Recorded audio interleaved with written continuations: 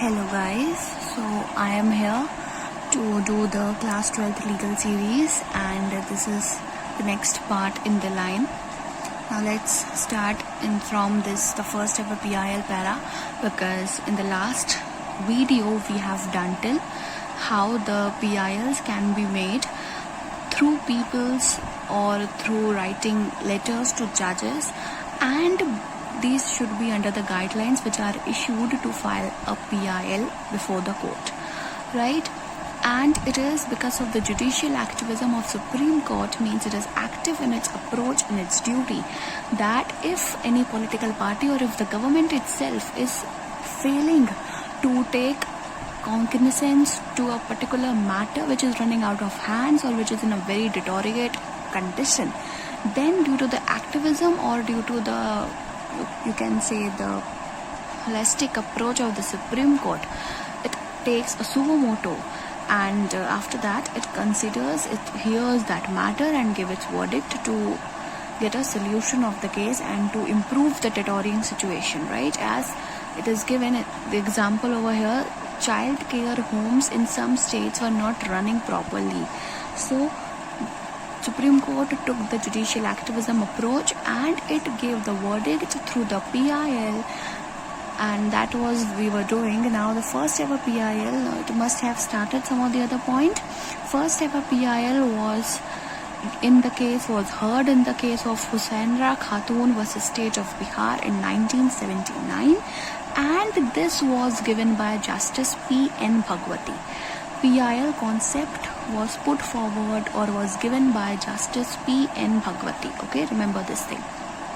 First PIL in the case Husainra Khatun versus State of Bihar, and it was given by Justice P.N. Bhagwati. A public interest activist lawyer filed the case on behalf of thousands of prisoners of Bihar jail against inhuman conditions of the prison. Obviously, you may have seen in movies, etc., that how inhuman response or how unhuman treatment is given to the prisoners, how they are beaten up, how they are given the stale food, right? All these things. So against this treatment, this sort of treatment, a public interest activist lawyer filed a case on behalf of prisoners. Okay, Supreme Court bench headed by Justice P.N. Bhagwati declared the right for free legal aid and expeditious trial for these prisoners, which ultimately led to their release. Means even the convicts, even the prisoners have a right to be represented in front of the court to get a free legal aid, and that's why this bench headed by Justice P.N. Bhagwati said that these prisoners would be released since they also have the right to live. Okay, now since then PILs have encompassed several issues including socio-economic rights, legal entitlements, environment issues and political reforms. The progress of PIL has thus seemed to incorporate several issues, yet common characteristics encompass these litigations. These characteristics include: PILs can be termed as non-adversarial litigation that pits the interest of one party over the other.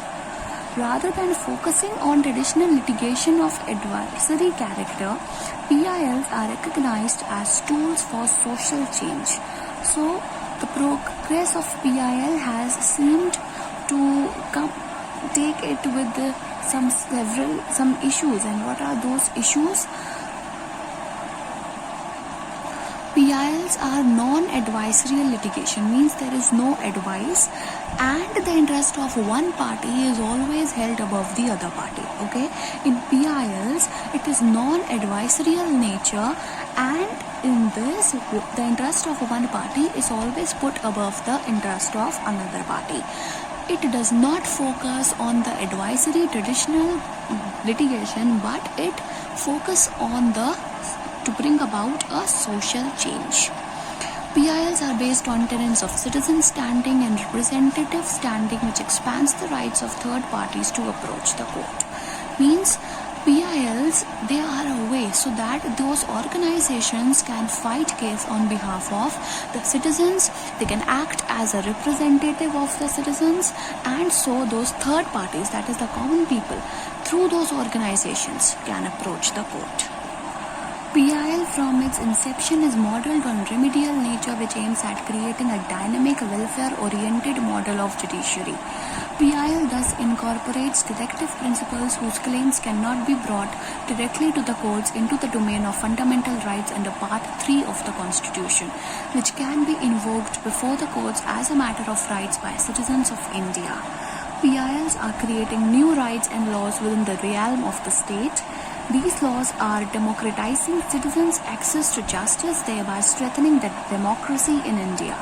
So what is its benefit? PIL, since it's included, it is based on the remedial nature, means it tries to give a remedy to a particular situation. As it was given, it is more focused to bring about a social change, right? So it is as a remedy to the deteriorating situation, so that there is more access to justice. Democracy is strengthened in India, and PIL can also be filed against any person who had violated a fundamental right of a person. Okay, and as you know, fundamental rights are given under Part 3 of the Constitution. Fourth is PIL strengthens the role of judiciary as a monitor and watchdog agency. Watchdog is one who keeps checks and balances on the other parts of the government. Fear of being dragged to court via PIL has improved the quality of several social institutions in the country, like jails, protective homes, mental asylums, etc. So PIL can be filed against any organization, against any person, and he can be taken to the court, he can be sued in the court, and because of that fear, some social institutions have improved their quality, have improved the way they function, and some facilities also they have done better. However, with the advent and growth of PILs, they have also been misused for private gains and led to frivolous litigation on unnecessary issues. Means the issues does not require to be dragged into the court, but still they are taken. So frivolous is some tiny or frivolous issue that were false cases that are filed. They have also been criticized for judicial overreach and stepping into the shoes of legislature. Means sometimes because of this PILs, it may happen that judiciary acts out of its ambit. Means वो जितना उसे act करना चाहिए उससे ज़्यादा action ले रहा है, या मतलब कोई चीज़ को ओवर करना, ठीक है. And stepping into the shoes of legislature means जो काम लेजिस्लेचर का है वो खुद करने आ रहा है. सो into the shoes of someone means into the place of that person. Okay. High courts and lower courts. High courts function as organs of judicial administration at state level. Lower courts function as centers of civil and criminal justice at district level. This was told to you in the first lecture itself. Lower courts explained above comprise of district and subordinate courts. District courts are courts of first instance. First primary level है ये, तो सबसे पहले लोग यहाँ जाएंगे, यहाँ के वर्डिक्ट से सेटिस्फाई नहीं होंगे तो फिर वो स्टेट लेवल पे जाएंगे और फिर union level, that is supreme court पे जाएंगे. District courts are these courts have set territorial pecuniary limits when accepting cases of civil nature. As I told you, pecuniary is relating to money, and these courts have a particular amount of money limit till which they hear cases. I give you the example of consumer courts also. A similar hierarchy exists in criminal courts at subordinate level. Once matters are adjudicated by these courts, they proceed to high courts on appeal. Thus, subordinate courts are mainly vested with establishment of facts, while appellate courts deal with interpretation of statutes, the correct application of law. High courts have power to issue within their jurisdiction directions, orders, writs, including writs which are in the nature of habeas corpus, mandamus, prohibition, quo warranto, and certiorari for enforcement of fundamental rights and for any other purpose. So there are 5 writs which can be issued either by the Supreme Court under Article 32 or by the High Courts under Article 226 of the Indian Constitution, and those 5 writs are habeas corpus, mandamus, prohibition, quo warranto and certiorari. Okay. This writ jurisdiction is similar to the Supreme Court. Role of High Court becomes similar to Supreme Court in exercise of public interest litigation. Same functions होते हैं, same तरह ये काम करते हैं. Just the difference is High Courts are at the state level and Supreme Court is at the country level.